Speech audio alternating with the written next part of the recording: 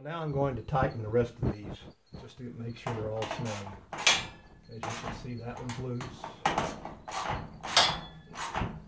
That one's stripped out, so I need to get a bigger screw yet to go in here, because this has pulled this metal to the extent that it won't get a bite.